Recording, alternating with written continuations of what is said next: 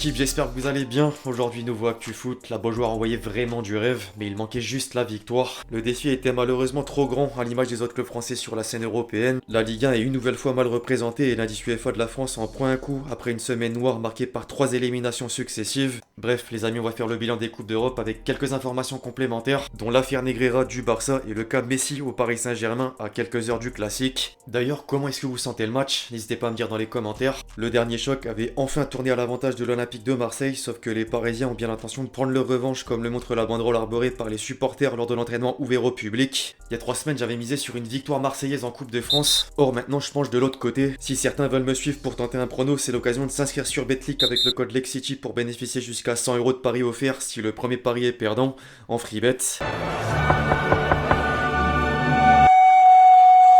C'est le moment de revenir sur les événements de la semaine, à commencer par la Ligue des Champions. Les amis, même si j'ai dédié une vidéo suite au remake de la finale, le scénario était tellement incroyable que je suis obligé d'en reparler. Rapidement mené 2-0, le Real Madrid est finalement parvenu à réaliser un comeback jusqu'à infliger une véritable claque à Liverpool sur la pelouse d'Anfield. Les tabloïds anglais ont vécu la rencontre comme une humiliation à l'image du Daily Telegraph. En revanche, en Espagne, les yeux sont rivés sur Vinicius à l'origine du sursaut d'orgueil pour remettre les siens dans la partie. Le quotidien madrilène AS placarde le Brésilien en une et écrit que la Maison Blanche est dans le ciel. En parallèle, Naples se déplaçait à Francfort.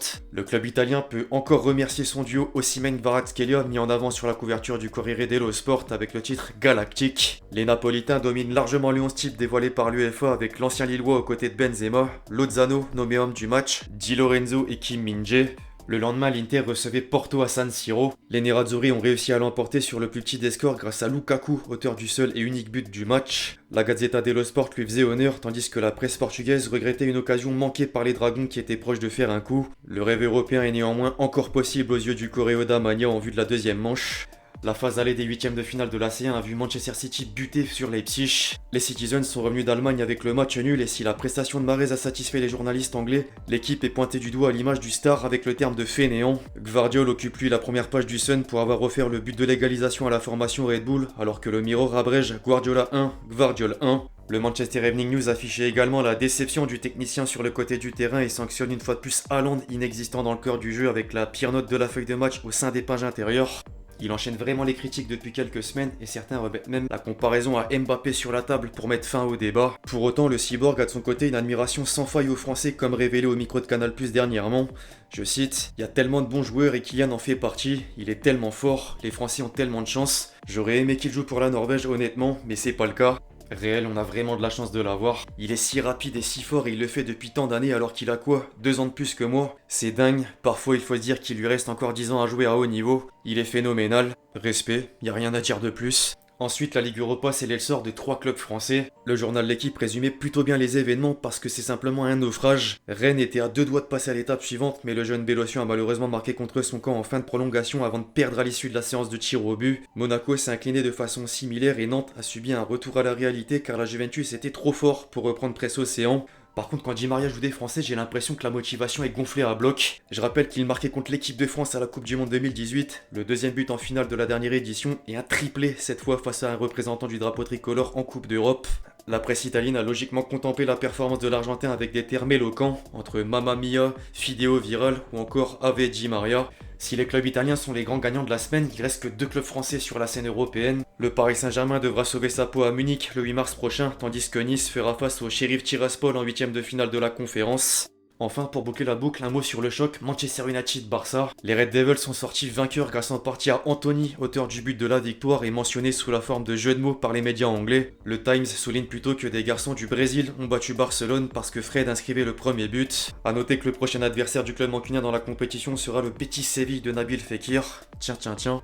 Eric Ten Hag parvient petit à petit à ramener Manchester United à un niveau attendu, c'est fort. En revanche, en parallèle, le bilan de Xavi en Coupe d'Europe est pas terrible du tout. Le quotidien catalan Sport évoque justement une déception de plus pour les Blaugrana et heureusement qu'en Liga les résultats sont positifs. Les amis, avant de poursuivre, comme d'habitude, je compte sur vous pour bombarder la vidéo de j'aime, pour le soutien et le référencement, vous connaissez la recette. Merci vraiment à tous ceux qui le feront, vous êtes des boss. Au rayon extra-sportif, désormais le Barça est toujours dans la tourmente après les révélations de suspicions de corruption d'arbitrage. Javier Tebas avait violemment condamné Laporta jusqu'à demander sa démission. Ensuite, il a expliqué que c'est une chose d'avoir des ex-arbitres embauchés et une autre d'avoir des ex-arbitres qui siègent au comité technique des arbitres. Le patron de la Liga envisage même de porter plainte contre le club Blaugrana. Le but est évidemment de mener à des sanctions lourdes. Dans la foulée, le président du Barça a pas manqué de lui répondre en conférence de presse et c'était l'occasion de mettre les choses au clair. J'ai retenu quelques déclarations comme d'habitude. Je cite: nous avons décidé d'externaliser l'enquête sur le cas de Negreira. Il mène une analyse indépendante et rigoureuse de ce qui s'est passé. C'est ce que le club, ses membres et ses supporters méritent. Ni le parquet, ni les forces de police ne nous ont informé que nous sommes en pleine enquête. C'est pas tout. Pendant mon premier mandat, des factures ont été établies avec le support documentaire des services d'arbitrage demandés. Nous menons une enquête interne et nous tiendrons bientôt une conférence de presse où nous fournirons toutes les informations dont nous disposons. Là, c'était pour mettre les choses au clair. Ensuite, il s'en prend directement au patron de la Liga. Certains d'entre vous nous ont déjà dit que Tebas faisait la promotion d'une campagne contre le Barça et moi-même. Il a de nouveau enlevé son masque. Dans sa carrière, il a déjà montré qu'il était anti-Barça ainsi que sa phobie contre le Barça. En 2005, il ne voulait pas que Messi joue pour le Barça. Mais alors pourquoi Javier Tebas ferait ça? Il pense avoir une réponse aussi. Nous n'avons pas signé de contrat avec CVC et nous voulions la Super League. Maintenant il dit que son souhait est qu'il ne veut pas que je sois président du FC Barcelone. Il essaie de déstabiliser. Je ne vais pas lui donner ce plaisir car le FC Barcelone est l'un des membres de la Liga. Assez cinglant. Celui qui se consacre à salir et souiller l'histoire du FC Barcelone aurait une réponse énergique. Le FC Barcelone, son histoire, est basée sur un football spectaculaire qui l'a conduit au succès sportif. Nos joueurs et entraîneurs nous ont conduits à l'excellence. Nous ne leur permettrons pas de vouloir salir notre histoire. En parlant de Messi, tenez les amis, la question de son avenir fait encore couler beaucoup d'encre au sein de la presse. Le quotidien régional Le Parisien a réservé un article à l'AMNM en passe de disparaître à l'issue de la saison. La Pulga serait plus très chaud pour prolonger au sein de la capitale et le Paris Saint-Germain attend le match retour face au Bayern pour prendre une décision. Certains clubs suivent déjà la situation de près. Au cas où il part, l'Inter Miami de David Beckham voudrait l'accueillir, comme en attestent les propos de Phil Neville en interview. Le coach de la franchise avoue explicitement l'intention du club de le recruter pour enregistrer la plus grosse signature jamais réalisée dans le sport américain. Pourquoi pas? Dites-moi ce que vous en pensez dans les commentaires.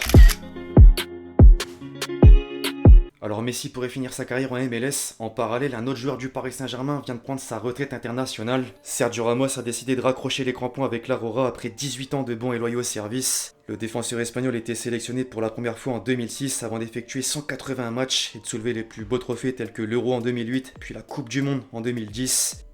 Légende, quel dommage de ne pas l'avoir vu à la Coupe du Monde 2022. Au passage, un certain Lovren a aussi mis un terme à sa carrière internationale avec la Croatie. Décidément, le temps passe vite.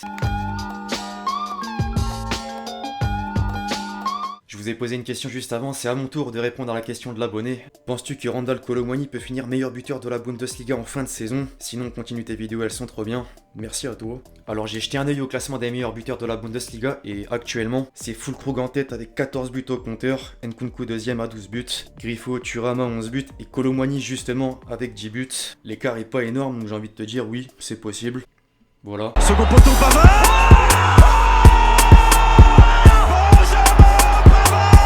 Avant de clôturer la vidéo les amis, comme toujours on se fait plaisir avec un top but. Moise Kean making the run ahead of him and then Di Maria for the corner. Salah qui a donné ce ballon. Benzema, la balle de 5-2. Benzema. Enfin bref, l'équipe c'est tout pour l'actu foot du jour, j'espère que vous l'avez kiffé, je compte sur vous si c'est le cas pour bombarder la vidéo de j'aime. Pensez à lâcher votre commentaire et votre question pour le prochain épisode justement, puis d'ici là on se retrouve très vite sur la chaîne pour de nouvelles vidéos, c'était LXG, ciao ciao.